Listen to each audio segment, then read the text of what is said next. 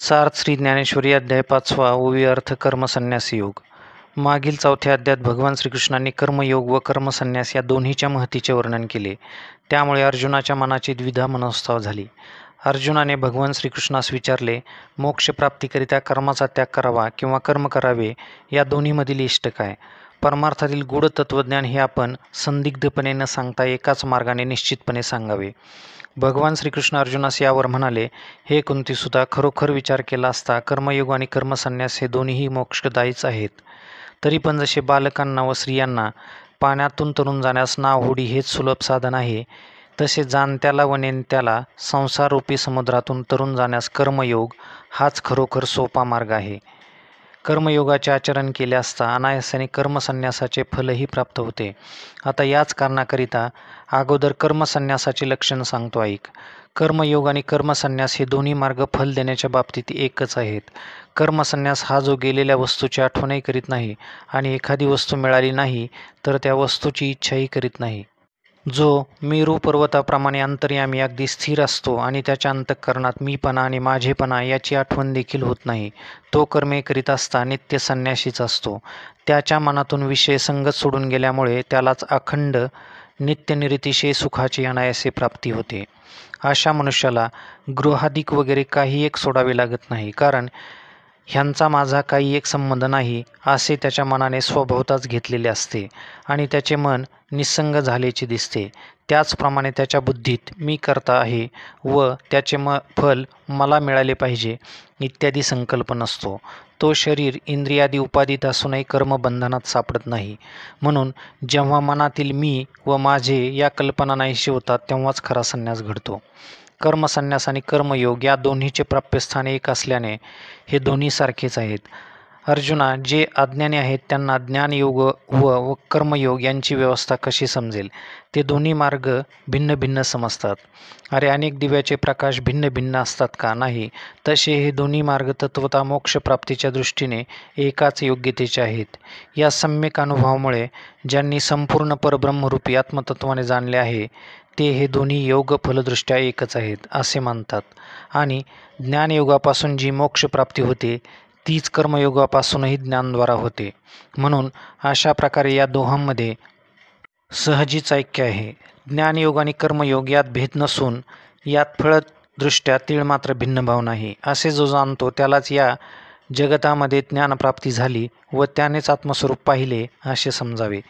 ज्याने आपले मन भ्रांतीपासून सोडून घेऊन गुरुच्या उपदेशाने शुद्ध केले व मग ते मन आत्मस्वरूपाच्या ठिकाणी लीन करून ठेवले, संकल्पापासून वेगळे काढल्यानंतर त्याचे मनच चैतन्य स्वरूप झाले, मग त्याला कर्ता कर्म कार्य असा या त्रिपुटीचा भेदव्यवहार स्वभावताच नाहीसा होऊन बंद पडतो आणि लोकदृष्ट्या त्याने जरी सर्व कर्मे केली तरी तो वास्तविक अकर्ताच आहे.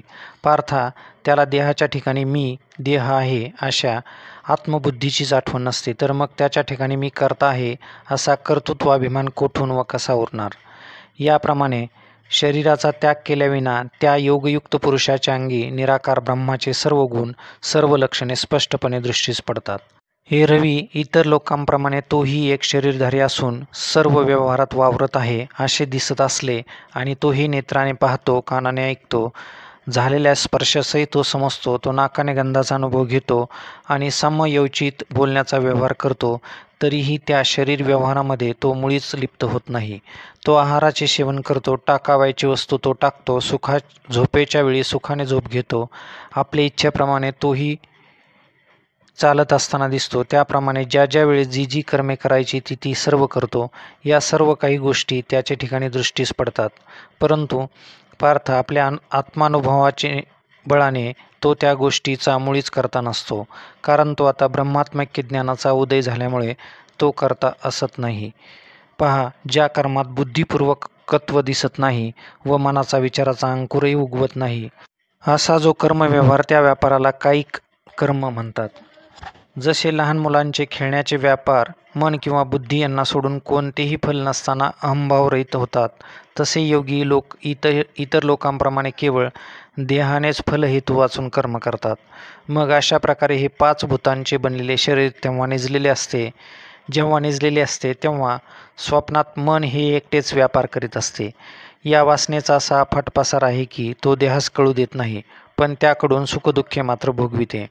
इंद्रियांना ज्यांची वार्ताही नाही असा जो व्यवहार उत्पन्न होतो त्यालाच केवळ मानसिक कर्म असे म्हणतात. योगी लोक तो केवळ मानसिक व्यवहार करतात, परंतु त्या कर्माने बांधले जात नाहीत, कारण त्यांना अहंकाराची संगतीच टाकलेली असते. फलावाचून निष्कारण जे जे काही कर्म करणे ते सर्व केवळ इंद्रियाचेच कर्म आहे असे समज. मग श्रीकृष्ण अर्जुनाला म्हणाले, अरे, ह्याशिवाय सर्व ठिकाणी जाणणे किंवा जाणून जे कर्म करणे ते खरोखर बुद्धीचे कर्म आहे असे समज. ते योगी बुद्धीला पुढे करून मनपूर्वक कर्माचे आचरण करतात, परंतु ते वस्तुतः जसा कर्मानुष्ठानात अहंभाव नसतो तसा कर्मसापेक्ष नैष्कर्म्यतेचाही अहंभाव नसतो, तर देहासही अहंभावाचाही समूळ बोध झाला असतो यातील तात्पर्य होय. तर देहासही अहंभावाचाही समूळ बोध झालेला असतो हे यातील तात्पर्य होय. कारण बुद्धीपासून देहापर्यंत कोठेही त्यांना अहंकाराची आठवणसुद्धा होत नाही, म्हणून ते कर्मानुष्ठान करीत असले तरीही शुद्धच अलिप्तच असतात. अरे, कर्म करणारा मी आहे असा कर्तृत्व अहंकार न ठेवता केलेले जे कर्म तेच नैष्कर्म्य हे मार्मिक तत्त्व ते जाणतात. फलाच्या इच्छेने कर्माचरण करणाऱ्याप्रमाणे तो बाह्यतः सर्व यथासांग करतो, परंतु त्या कर्माचा मी करता नव्हेच अशा अकर्तृत्वबोधाने कर्माचा त्याग करतो. त्याविषयी उदासीन असतो. तो पुरुष जिकडे जिकडे पाहतो तिकडे तिकडे त्याला सुखमयच सृष्टी दिसते आणि तो म्हणेल तेथे महाभूत नांदतो. ज्याच्यावर कृपा करेल त्यास ब्रह्मज्ञान प्राप्त होते. या 9 द्वारांनी युक्त अशा देहात वागत तो नसल्यासारखाच आहे. कर्मफलासक्तीचा त्याग करणारा सर्व कर्मे करीत असला तरीही ज्यांचे कर्म ब्रह्ममय झाले तो तत्वतः काहीच करीत नाही. वस्तुतः विचार केला असता सर्व व्यापक परमेश्वर जसा तत्वतः अकर्ताच आहे, परंतु तो मायोपाधीचा स्वीकार केला म्हणजे या त्रिभुवनाच्या विस्ताराची रचना करतो आणि तो कर्ता आहे असे म्हटले तरी तो कोणत्याही कर्माने लिप्त होत नाही, कारण त्याची उदासीन वृत्ती असल्याकारणाने कोणतेही कर्म त्याला स्पर्श करीत नाही. त्याच्या योगनिद्रेचा म्हणजे सहज स्वरूप स्थितीचा तर मुळीच भंग होत नाही व त्याच्या अकर्तेपणालाही मुळीच बाधा येत नाही. तरी पण तो मायेच्या साह्याने पंचमहाभूतांच्या समुदायाची उत्तम तऱ्हेने उभारणी करतो. तत्वतः पाहिले तर ह्या जगात प्राणीमात्राच्या ठायी हा अंतर्यामी रूपाने व्याप्त आहे, परंतु परमार्थदृष्ट्या पाहिले तर हा असंग असल्यामुळे याचा केव्हाही कोणाशी संबंध नसतो. फार तर काय, हे जगत उत्पन्न होते व लयास जाते याची त्याला दादही नसते. पाप पुण्य सर्व त्याच्या अगदी जवळ आश्रयावर असूनही तो पाहत नाही. इतकेच नव्हे तर त्याला साक्षीभूत ही होऊन राहत नाही. अज्ञान जेव्हा समूळ नाहीसे होते तेव्हा भ्रांतिरूप काळोख ही नाहीसा होतो. असे झाले म्हणजे मग ईश्वराचे अकर्तेपण स्पष्ट समजून येते. अशा प्रकारे ईश्वर हा जसा अकर्ता आहे तसा मीही अकर्ता आहे असे जर चित्ताला पटले तर तो व मी पूर्वीपासून एकच आहोत हे सहजच सिद्ध होते. ज्याच्या बुद्धीचा निश्चय आत्मज्ञानाविषयी आहे व जो आपणच आपल्या स्वतःला ब्रह्मरूप मानतो आणि आपली चित्तवृत्ती पूर्ण ब्रह्माकार ठेवून रात्रंदिवस ब्रह्मानुसंधान तत्पर होऊन असतो, असे उत्तम सर्वव्यापक ज्ञानच त्याच्या अंतःकरणाचा शोध करीत आले, त्याची समता दृष्टी होते. ते जसे आपणास स्वतःच सच्चिदानंद ब्रह्मरूप आहोत असे पाहतात, त्याप्रमाणे ते सर्व विश्वालाही ब्रह्मरूपच पाहतात. ज्याप्रमाणे भाग्य हे कौतुकाने देखील दारिद्र्याचा अनुभव घेत नाही किंवा विचार हा जसा भ्रांतीला ओळखत नाही अथवा सूर्य जसा स्वप्नात देखील अंधकाराचे स्वरूप पाहत नाही, मग हे चिलट किंवा हा हत्ती, तसेच हा अंत्यज, हा ब्राह्मण, हा आपला मुलगा किंवा हा परका, हा भेद त्याच्याजवळ उरत नाही. जेथे अहंकार उरला असेल तेथेच भेदभ्रांतीची प्रतीती होते. तो अहंकारात जर अगोदर सर्वतोपरी नाहीसा झाला तर आता भेद प्रतीती होणार कोणाला. म्हणून सर्वत्र सर्व काळ आणि सर्वात सम म्हणजे साधारण व्याप्त असणारे जे एकमेव द्वितीय ब्रह्म ते मी स्वतः आहे हे जे समदृष्टीचे मार्मिक तत्व आहे ते तो संपूर्ण जाणतो. ज्याने विषय संग न सोडता आणि इंद्रियाचे दमन न करता विषय कामनेचा त्याग केल्यामुळे, वासनांचा बाध केल्यामुळे त्याने अलिप्तपणाचा अकर्तेपणाचा उपभोग अनुभव घेतला आहे. जे बाह्यता लोकांच्या राहटीप्रमाणे त्याच्या आधाराने सर्व लौकिक व्यवहाराचे व्यापाराचे आचरण करतात, पण ज्यांनी लौकिकात असलेल्या आत्मस्वरूप विषयक अज्ञानरूपी महानिद्रेचा व तत्कार्य अहमाध्यासाचा त्याग केला आहे, जसे वाऱ्याच्या संबंधामुळे पाण्यावरच पाणी लाटांच्या रूपाने खेळते, पण त्याला इतर लोक मात्र त्या लाटा पाण्याहून वेगळ्या आहेत असे म्हणतात, त्याचप्रमाणे त्याचे नामरूप व जगत या व्यष्टी समष्टी विक्षेपाची प्रतीती असते. तरी पण ज्याचे मन सर्व ठिकाणी समतेला सर्वत्र ब्रह्मभावास पावले आहे, खरोखर तो साक्षात ब्रह्मच आहे. ज्याची समदृष्टी झालेली असते त्या पुरुषाला ओळखण्याची लक्षणे भगवान श्रीकृष्ण अर्जुनास सांगतात. ज्याप्रमाणे मृगजळाच्या पुराने मोठा डोंगर मुळीच लोटला जात नाही, त्याप्रमाणे चांगल्या किंवा वाईट गोष्टी प्राप्त झाल्या असता ज्यास हर्ष किंवा विषाद, सुख दुःख विकारास प्राप्त होत नाही, तोच खरोखर तात्विकदृष्ट्या समदृष्टीचा पुरुष असून तोच ब्रह्म समजावा. ज्याप्रमाणे भुकेने व्याकुळ झालेला दरिद्री माणूस कोंडा देखील खातो, त्याप्रमाणे ज्यांनी आत्मस्वरूप सुखाचा अनुभव घेतला नाही तेच या इंद्रिय विषय संबंधापासून होणाऱ्या विषय सुखात रंगलेले असतात. किंवा तहानेने व्याकुळ झालेले हरिण भ्रमाने खऱ्या पाण्याला विसरून मृगजळासच म्हणजे उन्हाच्या झाडांनाच ते हे पाणी आहे असे समजून माळ जमिनीवरच धावून येऊन पोचतात. त्याप्रमाणे ज्याला आपल्या आत्मस्वरूपाचा यथार्थ अनुभव नाही, ज्यास आत्मसुखाचा सदाचाच तोटवडा पूर्ण अभाव असतो, त्यांनाच हे विषय सुखसाधन किंवा सुखरूप आहेत असे वाटते. सहज पाहिले असता विषयात सुख आहे हे म्हणणे अजिबात योग्य नाही. विषयात सुख आहे असे धरून चालले तर मग विजेच्या चमकण्यापासून पडणाऱ्या प्रकाशाने जगातील व्यापार चालण्यास योग्य असे का उजडत नाही? शिवाय तू हे सांग, वारा पाऊस आणि ऊन याचे निवारण जर ढगाच्या सावलीपासून होईल तर 3-3 मजली घरे बांधण्याचा खटाटोप तरी का करावा?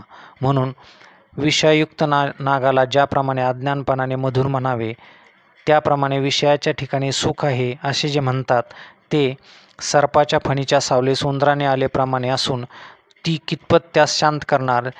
जे विरक्त पुरुष आहेत ते या विषयास विष मानून त्याचा त्याग करतात, कारण ते निरीच्छ असल्यामुळे विषयांनी दुःखरूपी सुख त्यांना आवडत नाही. ज्ञान्यांच्या ठिकाणी तर निश्चयाने विषयाची वार्ता सुद्धा नसते, कारण ज्यांनी देहामध्ये असूनही देहधर्म, देहातील विकारात्मक वृत्ती आपल्या ताब्यात ठेवल्या आहेत, ज्यांना अंतर्यामी एक ब्रह्मात्मैक्य सुख अनुभवास आलेले असते, म्हणून ते बाह्य विषयाची गोष्ट देखील मुळीच जाणत नाहीत. परंतु पक्षी जसा फलाचा उपभोग वेगळेपणाने घेतो, तसे ते ब्रह्मात्मैक्य सुख वेगळेपणाने भोगण्यासारखे नाही, तर तेथे भोगतेपणही विसरले पाहिजे. श्रीकृष्ण सांगतात, देश काल वस्तू परिच्छेदरहित स्वरूपभूत सुखाच्या डोहात जे एकदम बुडी देऊन तळाशीच जाऊन पोचले आहेत, ते मग तेथे स्थिर होऊन तद्रूपतेस प्राप्त झाले. किंवा आत्म्याच्या निर्मळ प्रकाशाने शुद्ध ज्ञानाने जो आपणच अधिष्ठान रूपाने विश्वात व्याप्त आहेत असे जाणतो, तो देहामध्ये असूनही परब्रह्मच आहे असे मानता येईल. जे खरोखर अतिश्रेष्ठ, अविनाशी व अमर्याद असे ब्रह्मसुख त्याची प्राप्ती करून घेण्याची निरीच्छ पुरुषच अधिकारी आहेत. ते सुख महर्षीकरिताच राखून ठेवले, विरक्ताच्याच वाटणीस आलेले आहे आणि जे निस्संदेह जीवाकरिताच निरंतर पिकले, फलद्रूप झाले असे समज. जे पुरुष देहात असतानाच ब्रह्मभावास कशाने आले ते भगवंत पुढे सांगतात. वैराग्याच्या साह्याने अंतःकरणातील विषयांना बाहेर घालून ज्यांनी शरीरामध्येच आपले मन एकनिष्ठ एकाग्र केले, इडा, पिंगला व सुषुम्ना या तिहीच्या भेटीच्या संधीत जेथे भुवयाच्या टोकांचा मिलाप होतो, तेथे दृष्टी माघारी फिरून स्थिर करतात. डाव्या आणि उजव्या नाकपुडीतून जात येत असणाऱ्या वायूची गती बंद करून प्राण व अपान या वायू सम म्हणजे एक करून ते चित्तासहित चिदाकाशात नेतात. जसे सरोवर आटल्यावर त्यात प्रतिबिंबही दिसत नाहीसे होते, तसे जेथे मुद्दल मनच नाहीसे झाल्यावर मग तेथे अंधकार नाहीसे होऊन ब्रह्म स्वरूपाचा अनुभव घेणारा पुरुष तो शरीरधारी असतानाच ब्रह्म होतो.